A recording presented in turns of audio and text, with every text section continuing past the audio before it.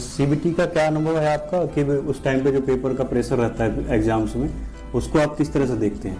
Pressure तो रहता है भाई। जब मैं शुरू में प्रैक्टिस सेट देता था तो टेक्स्ट बुक में फिर पेपर के जब पेपर शुरू हुए तो पेपर थोड़े ठीक थे। फिर रेलवे ग्रुप डी ही क्यों ज्वाइन किया? मतलब उससे तमाम एनटीपीसी की भी अच्छी जॉब्स है रेलवे में, एसएससी भी है, तो मतलब फिर ऐसे ही रैंडम किसी और पेपर की तैयारी कर रहे थे तो आपका ये जो जॉब है बहुत ही चैलेंजिंग भरी जॉब है, पत्थर वगैरह ढूंढने पड़ते हैं लोग बाबू को, दुखी कंपटीशन भी बढ़ रहा है और सारे काम कंप्यूटराइज हो गए, पहले वाला काम नहीं है। सरकारी मेन चीज है जॉब। पहले आदमी सोचा कि तो कहीं उसमें जो बायोलॉजी के क्वेश्चन बहुत ही अच्छे लेवल के पूछे गए थे, तो साइंस कैसे तैयार करें भाई? तो साइंस का मेन रोल है उसमें। साइंस में अगर हम एमसीक्यू पढ़ लेंगे खाली तो एमसीक्यू से काम नहीं चलने का। कुछ उसी में से आया है, सब कुछ उसी में से आएगा। मैथमेटिक्स हमें साइंस पर थोड़ा सा ध्यान देना है ज़्यादा, और मैथ रीजनिंग अगर हमें एग्जाम निकालना। इस जॉब में आप खुश हैं? 98 के आसपास रैंक थी। मुझे होम जोन स्टेशन नहीं मिल गया। मुझे हमारे पास टॉपर्स बैठे, गलती करे है उसे लेके भाग लेंगे। अगर वो 35 किलो का वेट गिर गया तो आप तुरंत डिस्क्वालीफाई। ट्रैक मेंटेनर और हेल्पर और पॉइंट्समैन की क्या क्या चुनौतियां रहती हैं? ट्रैक मेंटेनर की जॉब है, उसमें पत्थर वगैरह ढोने पड़ते हैं। कहने का मतलब ये जॉब हर किसी के लिए नहीं, मेरे हिसाब से हर कोई नहीं कर सकता। पैसा कितना मिलता है, आगे की तैयारी हो सकती है कि नहीं हो सकती अगर कोई करना चाहे? भाई अब ग्रुप डी में लग गया हूँ, उसके बाद कुछ बेहतर की तलाश में। नमस्कार दोस्तों, आप सभी का स्वागत है एक नई वीडियो में। आज के हमारे जो गेस्ट हैं वो नीरज जी हैं। ये फिलहाल ग्रुप डी में सिलेक्टेड है एज ए पॉइंट्समैन, और क्या क्या इनकी चुनौतियां रही, कैसे इन्होंने तैयारी करी ऑनलाइन ऑफलाइन, और स्पेशल हम साइंस पे चर्चा करेंगे क्योंकि साइंस का एक मेजर रोल होता है ग्रुप डी में। तो सबसे पहले आपका धन्यवाद, आपने अपना कीमती समय दिया नीरज जी। तो मैं आपसे जानना चाहूँगा कि आपने सेल्फ स्टडी करी या फिर कोई ऑनलाइन कोचिंग संस्थान ज्वाइन किया था? भाई कंपटीशन की तैयारी में सेल्फ स्टडी भी ज़रूरी है। सेल्फ स्टडी तो मेन है, सीधी सी बात है। कोचिंग का सारा देना पड़ेगा। ऑनलाइन चल रही है आजकल तो। हमारे टाइम पे इतना ऑनलाइन का क्रेज़ नहीं था क्योंकि हमने 2016 में तैयारी शुरू करी थी। तो हमारे यहाँ पे गांव में ही टीचर थे, हमने तो उससे हेल्प ली, उनसे हेल्प ली पहले तो। उसके बाद फिर कोरोना आ गया तो फिर वो ऑफलाइन बंद होगी, फिर ऑनलाइन का क्रेज, फिर कोरोना से ही ऑनलाइन का क्रेज चला। तो फिर हमने केरवी लैब की हेल्प ली। और सीबीटी का क्या अनुभव है आपका कि उस टाइम पे जो पेपर का प्रेशर रहता है एग्जाम्स में, उसको आप किस तरह से देखते हैं? प्रेशर तो रहता है भाई। जब जॉब ना लग रही हो तो आदमी सोचता है कि बस यार कोई सी भी जॉब लग जाए पहले। नहीं, तो उस टाइम लेकिन प्रेशर इतना हमें ज़्यादा फील इसलिए नहीं हुआ क्योंकि उससे पहले मैंने एनटीपीसी दिया था। एनटीपीसी में मेरा प्री हो गया था क्लियर, मेंस भी हो गया था। मुझे ऐसा लग रहा था कि मेरा फाइनल हो जाएगा होगा, फाइनल रिजल्ट आया नहीं था जब तक। तो हमने तो नॉर्मल दिया, हालांकि इतना प्रेशर लेना भी नहीं चाहिए एग्जाम में। प्रेशर जो बंदा नहीं लेगा जो जिसने प्रैक्टिस सेट दे रखे होंगे। अगर किसी ने प्रैक्टिस सेट कम दे रखे तो वो प्रेशर लेगा। प्रैक्टिस सेट में लेना सारा प्रेशर।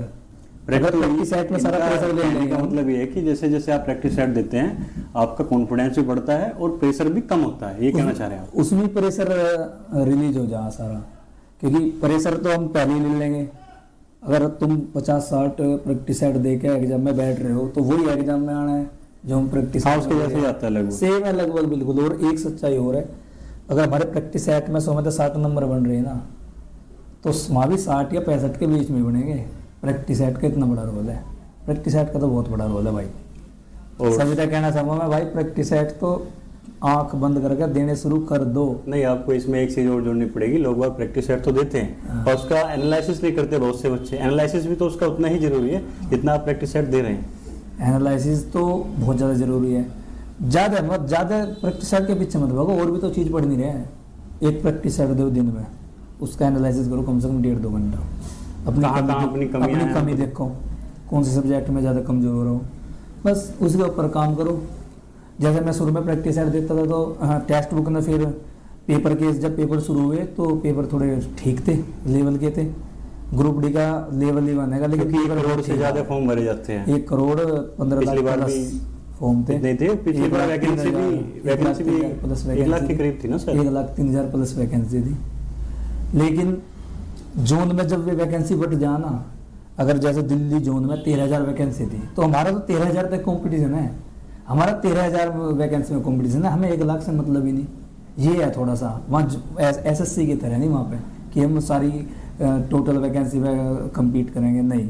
हम तो अपने ही जोन में compete करेंगे बच्चों से, ये है सारी बात। तो इससे एक क्वेश्चन और निकलता है कि आपने फिर रेलवे ग्रुप डी ही क्यों ज्वाइन किया, मतलब उससे तमाम एनटीपीसी की भी अच्छी जॉब्स है रेलवे में, एसएससी भी है, तो मतलब आपने स्पेशलिस्ट की तैयारी करी थी ग्रुप डी की, या फिर ऐसे ही रैंडम किसी और पेपर की तैयारी कर रहे थे तो आपका ग्रुप डी हो गया? क्या चुनने का पीछे कारण क्या है? क्योंकि कहते हैं कि ग्रुप डी की जो जॉब है बहुत ही चैलेंजिंग भरी जॉब है, पत्थर वगैरह ढूंढने पड़ते हैं लोग बाबू को, दुखी, मतलब क्या आप कहना चाहेंगे इसमें? भाई जॉब का तो ऐसा है, जब कंपटीशन की तैयारी करे तो हम किसी एक स्पेसिफिक एग्जाम की तैयारी नहीं कर सकते। हम ये नहीं कह सकते कि मैं इसी एग्जाम की तैयारी करके इसी में लगूंगा, क्योंकि लगभग सबका सिलेबस समान हाँ, थोड़ा बहुत ऊपर नीचे, एग्जाम पैटर्न चेंज हो सके, किसी में इंग्लिश, किसी में हिंदी, किसी में कुछ। अब इंग्लिश तो मैं पता यूपी के बालकों का इंग्लिश तो कमजोर रह रही है, इंग्लिश में हमने कम ध्यान दिया। मैंने गोपाल वर्मा सर से इंग्लिश पढ़ी थी, लेकिन उसे मैंने अच्छे से सारा कंप्लीट बैच करा, लेकिन मैंने इंग्लिश पे ज़्यादा ध्यान दी, क्योंकि वैकेंसी फिर एनटीपीसी की धान में थी, ग्रुप डी की धान में थी, तो मैं सोच रहा था मगर इनमें वैकेंसी भी ज़्यादा है, यहाँ काम हो सके पहले, तो इसलिए एनटीपीसी का दिया, ग्रुप डी का दिया। चैलेंज की ये बात है कि देखो चैलेंज तो लगभग हर जॉब में, अब यूपीएसआई के देख लो, मेरा दोस्त है यूपीएसआई में, मैं उससे बात कर रहा था, भाई बहुत चैलेंजेबल जॉब है। जॉब तो सब चैलेंजेबल है, कोई से भी देख लो तुम, आजकल पहले वाला काम नहीं रहा सरकारी जॉब, कंपटीशन दिन पर दिन बढ़ता जा रहा है, कंपटीशन भी बढ़ रहा है और सारे काम कंप्यूटराइज हो गए, पहले वाला काम नहीं है, सरकारी में भी काम है, ऐसी बात नहीं। तो चैलेंज तो है, लेकिन वही है कि जॉब पहले थी नहीं, अब जॉब लग गई, तो मेन चीज़ है जॉब। पहले आदमी सोचा कि तो कहीं भी लग जाओ, हाँ पहले ये है कि पहले एक जॉब ले लो, उसके बाद देखते हैं, जॉब जरूरी है पहले, चैलेंज को तो बाद में देखेंगे। अब सिलेबस पे चर्चा कर लेते हैं। मैं आपको बता दूं, इसमें 25 नंबर की साइंस आती है और 25 नंबर का मैथ्स, 30 नंबर की रीजनिंग और 20 नंबर का जीके जीएस और करंट अफेयर्स। तो सबसे पहले हम बात कर लेते हैं साइंस के ऊपर ही चर्चा कर लेते हैं, क्योंकि साइंस का इसमें मेजर रोल है। इसमें जो बायोलॉजी का मैंने पेपर देखा था, दिया भी था बल्कि, उसमें जो बायोलॉजी के क्वेश्चन बहुत ही अच्छे लेवल के पूछे गए थे। तो साइंस कैसे तैयार करें? भाई मेन चीज़ तो साइंस, एक सब्जेक्ट का तो सभी का ही रोल है, लेकिन 25 नंबर अगर किसी पेपर में एक सब्जेक्ट आ रहे तो रोल तो होगा। 1/4 हो गया, 100 नंबर के पेपर में 1/4 कोई सा सब्जेक्ट आ रहा है, तो साइंस का मेन रोल है। साइंस पढ़ो, साइंस तो टोटली 9वीं 10वीं की एनसीईआरटी से पूछी जा रही है। अब पढ़ना हमारे ऊपर डिपेंड है, मुझे किस तरीके से पढ़ने हैं, क्योंकि समझ के पढ़नी पड़े वो किताब, क्योंकि हमें किताब पढ़नी है, वहाँ हमें वन लाइनर क्वेश्चन नहीं पढ़ने, हमें एमसीक्यू नहीं पढ़ने, हमें वो किताब पढ़नी पड़े सारी, उसमें हमें क्वेश्चन निकालने पड़े। और एक यूथ कंपटीशन क्या है, उसमें प्रीवियस क्वेश्चन है साइंस के, उससे हेल्प ले, जो मतलब प्रीवियस ईयर के पेपर हो चुके हैं, यूथ कंपटीशन ये बता रहे हैं। और मेरे हिसाब से शायद घटना चक्र वगैरह की भी आती हैं पुस्तकें। हाँ, घटना चक्र और स्पीडी की भी आती है, सब में प्रीवियस ही क्वेश्चन है, कोई सी भी पढ़ लो, कोई सी भी पढ़ने का अर्थ है, लेकिन प्रीवियस क्वेश्चन का बहुत मेन रोल है। नहीं, किसी भी एग्जाम आप ये कह रहे हैं कि पहले आप एनसीईआरटी पढ़ें, उसके बाद प्रीवियस उन बुक से लगाएं। और इसमें साइंस में जो लेंस वगैरह का क्वेश्चन आवे है ना, ये बहुत इंपॉर्टेंट क्वेश्चन है, और ये टफ क्वेश्चन, टिपिकल क्वेश्चन आ रहा है, मतलब हल्के वाले क्वेश्चन नहीं आते। वहाँ हम ये भी नहीं सोचते कि अगर हम एमसीक्यू पढ़ लेंगे खाली तो एमसीक्यू से काम नहीं चलने का, इसमें हमें थियोरेटिकल पढ़ना ही पड़ेगा, बेसिक फंडामेंटल पढ़ना पड़ेगा। 9वीं 10वीं की एनसीईआरटी तो बाहर कुछ नहीं, सब कुछ उसमें से आया है, सब कुछ उसी में से आएगा। की एनसीईआरटी तो है कि उस 11वीं 12वीं की एनसीईआरटी को भी टच करता है सिलेबस को, कोई मुझे तो लगता नहीं, मुझे नहीं लगता कि शायद टच करता हो, मतलब 9वीं 10वीं से बाहर कुछ नहीं, बस थोड़ा सा न्यूमेरिकल पर ध्यान दिया कि न्यूमेरिकल भी आ गए, साइंस में न्यूमेरिकल भी पूछा है। तो साइंस की आप मतलब बढ़िया लेवल का साइंस पूछा है, ऐसी बात नहीं कि हल्की लेवल की पूछा है, क्योंकि साइंस 25 नंबर की है तो ठीक पूछा है, वो एनसीईआरटी से ही क्लियर होगी, ऐसे तो मुझे लगता नहीं, जो मेरा अपना एक्सपीरियंस है, मुझे लगता नहीं कि क्लियर होगी। मैथमेटिक्स के बारे में चर्चा कर लेते हैं। इसमें जो है 25 क्वेश्चन मैथमेटिक्स के आते हैं, उसमें 4 से 5 क्वेश्चन एडवांस के आ जाएंगे और अरिथमेटिक आ जाएंगे। और अरिथमेटिक तो एडवांस मैथ के, मैं मानता हूँ कि एडवांस मैथ इतना मुश्किल है नहीं जितना मतलब ग्रुप डी लेवल की जॉब के लिए बता रहा हूँ। अगर आपके फॉर्मूलाज तैयार हैं, कुछ क्वेश्चन की प्रैक्टिस कर रखी है, तो आसानी से भी हो जाएंगे। आप इस बारे में क्या कहना चाहेंगे, बताओ। एडवांस का तो ऐसा ग्रुप डी नहीं, एनटीपीसी में भी बता रहा हूँ। अगर एडवांस में हमारे 2 चैप्टर क्लियर है ना, 2D और 3D, तो लगभग मुझे अगर क्वेश्चन हो जाएंगे 60 से 70% एडवांस के हो जाएंगे। 5 क्वेश्चन है, 3 क्वेश्चन तो 2D 3D से आएंगे, एक क्वेश्चन ज्योमेट्री से आएगा जरूर, तो ज्योमेट्री की फंडामेंटल नॉलेज ले लो, थोड़ा बहुत कोण के बारे में ज्ञान होना चाहिए, बस ऐसे ही एडवांस का 4-5 क्वेश्चन आएंगे, उसमें तुम कर लोगे। और अरिथमेटिक को कैसे देखते हैं? अर्थमेटिक में तो भाई फिर करनी पड़ेगा अर्थमेटिक तो। अर्थमेटिक में तो परसेंटेज मेन जो चैप्टर रहेंगे, परसेंटेज, लाभ हानि और SI CI और समय दूरी और पानी टंकी वाला ये चैप्टर, ये आपने DI से भी क्वेश्चन लिखे थे पिछली बार? DI से मुझे नहीं लगता कि DI से, शायद एक आधा क्वेश्चन आ गया हो, DI से नहीं आता। नहीं, थोड़ा रेलवे का मैथ मुझे लगता है थोड़ा SSC से हटके है, थोड़ा पेचीदे सवाल थोड़ा सा एक चीज और है, थोड़ा सा उन पे ध्यान जरूर दियो। सांख्यिकी एक चैप्टर हैगा, स्टैटिक्स माध्य माध्यिका बारंबार वाला वो चैप्टर हैगा, मीन मोड वाला, उस पर ध्यान दो कि उसमें एक दो क्वेश्चन उसका जरूर आएगा। बहुलक वगैरह से क्वेश्चन आ जाते हैं, बिल्कुल डायरेक्ट बहुलक का पूछ देगा, मतलब क्वेश्चन जरूर आएगा। लेकिन उसका आइए मैं भूल गया था, ये बताना जरूरी था। और रीजनिंग को कैसे देखते हैं आप? रीजनिंग कैसे तैयार करें इसकी? 30 नंबर की रीजनिंग है, ये भी मेजर रोल अदा करती है। रीजनिंग तो मेन चीज प्रैक्टिस, रीजनिंग तो प्रैक्टिस है। रीजनिंग की प्रैक्टिस लगाओ, लगातार लगाओ, तुम्हारे 30 में से 20-25 क्वेश्चन बनने शुरू हो जाएंगे। बचे 5 क्वेश्चन, 5 क्वेश्चन में तुम्हें देखना है कौन सा चैप्टर मेरा वीक हो रहा है, उस पर ध्यान दो। इसमें जो कथन और निष्कर्ष के सवाल है, इस पर थोड़ा सा ध्यान देने की जरूरत है, क्योंकि कथन और निष्कर्ष के सवाल ठीक पूछे हैं, ठीक लेवल के क्वेश्चन आएंगे कथन और निष्कर्ष के, कथन और निष्कर्ष के। और GK GS को करंट अफेयर्स वगैरह कैसे तैयार करें? करंट अफेयर्स तो SPD की किताब पढ़ लो, वो ज़्यादा बेटर है, क्योंकि करंट अफेयर्स को ज़्यादा टाइम देना बेकार है। वही 5 या 6 question current affairs, daily current affair लेने तो ना वो एक घंटा 2 घंटा अगर उसमें वेस्ट करें तो फिर मैथ और रीजनिंग कहाँ से पढ़ेंगे? मैथ रीजनिंग और साइंस में इंपॉर्टेंट रोल है इनका। करंट अफेयर्स पढ़ो SPD से, SPD बहुत सफिशिएंट है। SPD पढ़ो बस, करंट अफेयर्स के लिए वही बेटर है। और बाकी अगर GK की बात करें तो GK में तो पॉलिटी, हिस्ट्री, ज्योग्राफी, बेसिक, बिल्कुल बेसिक नॉलेज 10th लेवल की आती है। 10th लेवल है तो 10th लेवल तक ही आओगे उसमें, बेसिक फंडामेंटल पूछ लेगा। मेन चीज हमें साइंस पर थोड़ा सा ध्यान देना है ज्यादा, और मैथ रीजनिंग अगर हमें एग्जाम निकालना हो, ये है। और अब पूछना चाहूंगा कि इस जॉब में आप खुश हैं?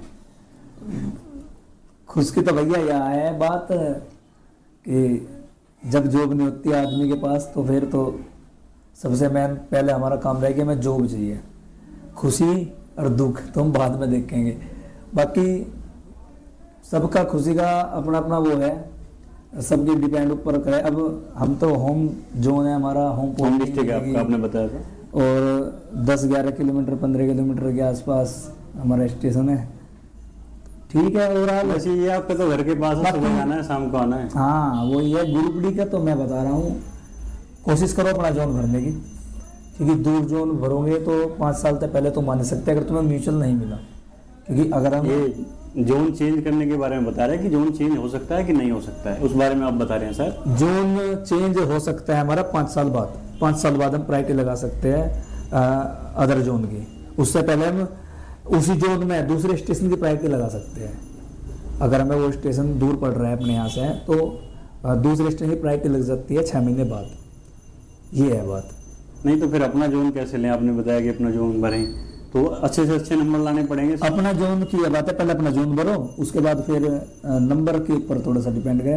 पोस्ट प्रेफरेंस हमने किस तरीके से डाल रखी है? पहले तो पोस्ट प्रेफरेंस में हमने जैसे मैंने सबसे पहले पॉइंट्समैन डाल रखा था।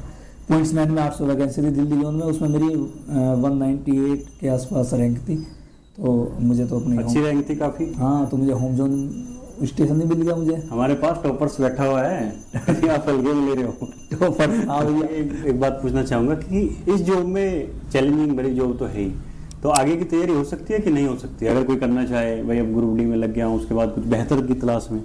बिल्कुल आगे की तैयारी बिल्कुल हो सकती है, चाहे किसी भी स्टेज में कितनी काम हो, कितना ही वर्क हो। मैंने बहुत एग्जाम्पल देखे हैं ऐसे जो ग्रुप डी से निकल कर बहुत अच्छी पोस्ट पर गए हैं। हमारे स्टाफ का एक लड़का था, वो भी सीजीएल के थ्रू ASO बन गया। अच्छी पोस्ट पे बंदे जा रहे हैं और रेलवे में DRM तक जा रहे हैं वो बंदे। लेकिन वो ये मेन चीज़ की प्रायोरिटी का इंपॉर्टेंट रोल है कि हम किस चीज़ को ज़्यादा प्रायोरिटी दे रहे हैं। अगर हमें आगे बढ़ना है तो पढ़ो, सीधी सी बात है। आगे नहीं बढ़ना तो फिर अपना जॉब चल ही रही है। बाकी आगे बढ़ सकते हैं, रेलवे में भी आगे बढ़ सकते हैं, अदर एग्जाम की तैयारी कर सकता है आदमी। कोई इतना वर्कलोड नहीं है, 1 महीने की ट्रेनिंग होती है, 1 महीने की ट्रेनिंग के बाद स्टेशन मिल जाता है, फिर अपना वर्क करो उसके बाद पढ़ते रहो, पढ़ते समय मिलेगा रहो, जब। समय मिलेगा, पढ़ते रहो। बहुत बंदे, बहुत लड़के देखे हैं मैंने, वो ट्रैक मेंटेनर है, ट्रैक भी पढ़ते रहते हैं काम खत्म करने के आजकल बाद। तो ऑनलाइन एजुकेशन आ गई है, फोन में पढ़ लो, टेस्ट सब लगा लो कुछ, ऑनलाइन। बिल्कुल बिल्कुल। तो एक बात और पूछना चाहूंगा कि पेपर में सर्वोत्तम स्कोर कैसे करें? क्योंकि आपको जैसे ही आपके ज्यादा नंबर आएंगे, आपको अपना पसंदीदा जोन मिलेगा, होम टाउन में मिल सकता है जैसे आपको मिल रहा है, तो इसके बारे में थोड़ा बताएं। सर्वोत्तम स्कोर की तो ये बात है, प्रैक्टिस सेट जो मैंने बताया पहले भी, प्रैक्टिस सेट तो देने शुरू करो। सिलेबस देखो, प्रैक्टिस सेट दो, और उसके बाद प्रीवियस क्वेश्चन पढ़ो, ज़्यादा से ज़्यादा प्रीवियस क्वेश्चन को पढ़ो, प्रैक्टिस सेट दो, उसे ज़्यादा से ज़्यादा एनालिसिस करो, एनालिसिस प्रीवियस ईयर, बस, और कुछ ज़्यादा नहीं है। बाकी अब की बार वैकेंसी भी कम है इस बार, 32,000 वैकेंसी है, तो और दिल्ली जोन जो रेड जोन में आते हैं कुछ जोन, तो उसमें दिल्ली जोन भी आता है अपना। और पिछली बार 1,03,000 वैकेंसी थी, जब भी जनरल की कट ऑफ 75 गई थी 100 में से, तो मुझे लग रहा है आपको तो कम से कम इसमें 7-8 नंबर जोड़ दो फाइनल। अभी आप एनटीपीसी की देख लीजिए, अभी कल परसों आई है, उसमें भी 84 गई है दिल्ली जोन तो की। कट ऑफ तो बढ़ती जा रही है, कट ऑफ तो हाई जाएगी थोड़ी सी, क्योंकि अब की बार वैकेंसी तो बहुत ही कम है, कम है, 30% वैकेंसी है पिछली बार की, तो इसलिए थोड़ी सी मेरी जान लग जाएगी। जी जान लगा के पढ़ें, अपना पेपर में बेस्ट करें, प्रीवियस ईयर को देखें, प्रैक्टिस सेट लगाएं और अपना सिलेबस तैयार करें। बिल्कुल बिल्कुल। इस बारे में चर्चा कर लेते हैं कि इसमें जो है 35 किलो का भार है, 100 मीटर तक ले जाना है 2 मिनट में, और 1 किलोमीटर की रेस है 4 मिनट 15 सेकंड में। तो कैसे तैयार करें? फिजिकल का ये है, पहले एग्जाम होगा, तो एग्जाम के बाद एक मेरिट लगेगी फिजिकल की, उसमें फिजिकल के लिए बुलाया जाएगा बच्चों को, 2-2.5 गुना बच्चे बुलाए जाते हैं वैकेंसी से। उसके बाद पहले हमारा वेट, पहले हमसे वेट उठवाएंगे, वो हमें वो 2 मिनट में 100 मीटर चलना है। बहुत से बच्चे गलती कराए, उसे लेके भाग लेंगे, अगर वो 35 किलो का वेट गिर गया तो वो आप तुरंत डिस्क्वालीफाई, उसमें कोई छूट नहीं किसी भी तरह की।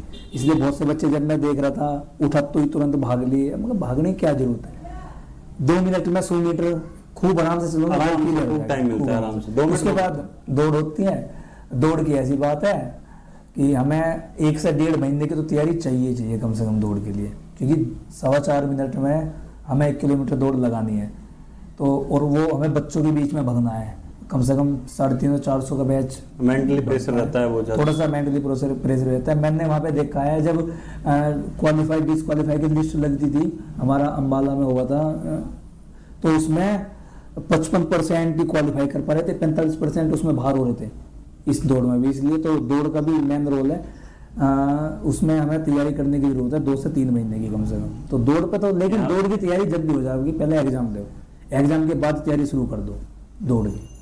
इससे मुझे एक बात याद आई, मैं आप पर्सनल एक्सपीरियंस शेयर करना चाहता हूँ। मेरा भी पहला ही फिजिकल था उन दौरान, ग्रुप डी का, मेरा उससे पहले कोई फिजिकल हुआ ही नहीं था। अब तो खैर अच्छा एक्सपीरियंस है।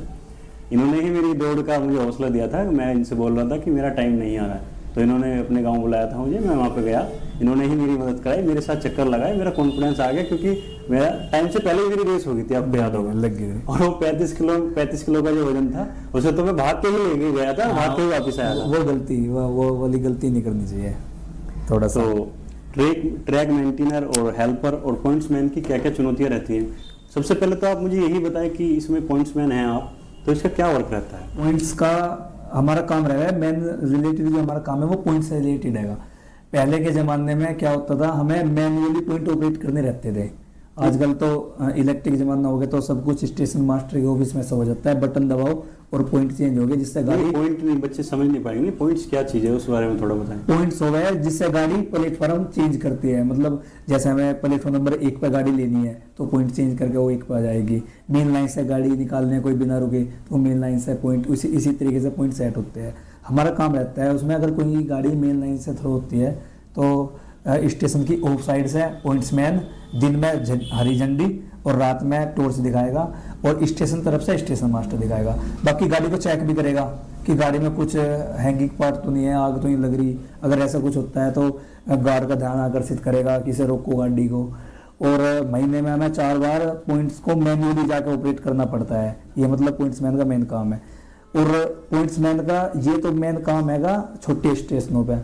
बाकी बड़े स्टेशनों पे तो फिर पॉइंट्समैन का काम है ज़्यादातर संटिंग, गाड़ी को जोड़ना, दो गाड़ी इधर से उधर करना, नहीं, जोड़ना, काटना, ये पॉइंट्समैन का बड़ी जंक्शनों पे मेन काम है। ये जो ट्रैक मेंटेनर से तो अच्छी जॉब होगी ना ये? ट्रैक मेंटेनेंस की जॉब है। उसमें पत्थर वगैरह ढोने पड़ते हैं कि? नहीं, पत्थर तो आजकल तो सब मशीन चल रही है। ट्रैक मेंटेनर का काम है मेन चीज ट्रैक से रिलेटेड, जैसे ट्रैक के बराबर में मशीन पत्थर डालेगी तो उसे साइड में करना, जिससे गाड़ी के परिचालन में कोई दिक्कत ना हो। बाकी ट्रैक मेंटेनर की जॉब ऐसी है, उनका काम फिक्स है। उन्हें एक दिन का एक काम दे दिया, अब तुम इन्हें 8 घंटे में कर दो या फिर तुम इसे 2 घंटे में घर चले जाओ। ट्रैक मेंटेनर को जाड्डों में रात के समय में पेट्रोलिंग करनी पड़ती है 16 किलोमीटर की। और पॉइंट्समैन का ये है, उसकी शिफ्ट वाइज ड्यूटी चलती है, रात में भी दिन में भी। ट्रैक मेंटेनर का भी ठीक है, ग्रुप में काम करते हैं, छुट्टी वगैरह आसानी से पहले ज्यादा चुनौतियां थी, लेकिन हाँ ये बात है, ट्रैक मेंटेनर मेन लाइन पे थोड़ा सा काम बढ़ जाता है ट्रैक मेंटेनर का। सिंगल लाइन पे ट्रैक मेंटेनर भी अच्छी जॉब है, ऐसी बात नहीं। और ग्रुप डी में कौन सी ऐसी जॉब आपको लगती है जो काफी चैलेंजिंग भरी है, जिसमें बहुत ज्यादा हार्ड वर्क लगता है? थोड़ा सा ट्रैक मेंटेनर भी मान लो, क्योंकि मेन लाइन पे थोड़ा सा ट्रैक मेंटेनर का काम ज्यादा होता है। बाकी टीआरडी भी ठीक है, टीआरडी में भी काम है लेकिन इतना काम नहीं है। पॉइंट्समैन में भी जहाँ पे जंक्शन है वहाँ पे काम है, ऐसी बात नहीं। मतलब वही है इनका कहने का मतलब, ये जॉब हर किसी के लिए नहीं, मेरे हिसाब से हर कोई नहीं कर सकता। थोड़ा मेंटली भी प्रिपेयर रहना पड़ेगा, थोड़ा सा फिजिकली भी, लेकिन वो लड़कियों के लिए तो खासकर थोड़ा सा चैलेंजेबल जॉब है। हालांकि लड़कियों का एक फायदा है, लड़कियों को अधिकतर ऑफिस मिल जाता है, ऑफिस में कुछ भी काम के लिए वो लड़कियों को दे देंगे, कुछ भी काम हो वो लड़कियों को दे देते हैं ऑफिस में, तो लड़कियों के लिए थोड़ा सा ये फायदा हो जाता है। बाकी जरूरी भी नहीं, ये भी मैं सोचूंगी ना ऑफिस में वर्क मिलेगा, बहुत से लड़कों को भी ऑफिस में वर्क मिल जाता है। तो इसमें सबसे अच्छी जॉब कौन सी लगती है आपको? पोस्ट की बात करें तो भाई इसमें 17 तरह की पोस्ट होती है, और इसमें एक हॉस्पिटल अटेंडेंट की पोस्ट होती थी, शायद मुझे लग रहा है कि बार उसकी वैकेंसी नहीं आई थी, नहीं आई, वो सबसे अच्छी है इसमें। अगर हम प्रमोशन के हिसाब से देखें तो फिर पॉइंट्समैन सबसे अच्छे हैं, क्योंकि पॉइंट्समैन को 2 साल बाद टीटी बनने का मौका मिलता है, 3 साल बाद गार्ड और 5 साल बाद स्टेशन मास्टर बनने के मौके मिलते हैं। इसमें डिपार्टमेंटली ग्रुप डी में सभी पोस्टों के लिए जीडीसी एग्जाम होता है, अंदर डिपार्टमेंटली एग्जाम जो जीडीसी होता है वो सभी पोस्ट एलिजिबल होते हैं उसमें, मतलब सब भर सकते हैं ग्रुप डी में। एलडीसी केवल कुछ ही पोस्टों के लिए होता है, जिसमें पॉइंट्समैन है, 1-2 पोस्ट और है ग्रुप डी की।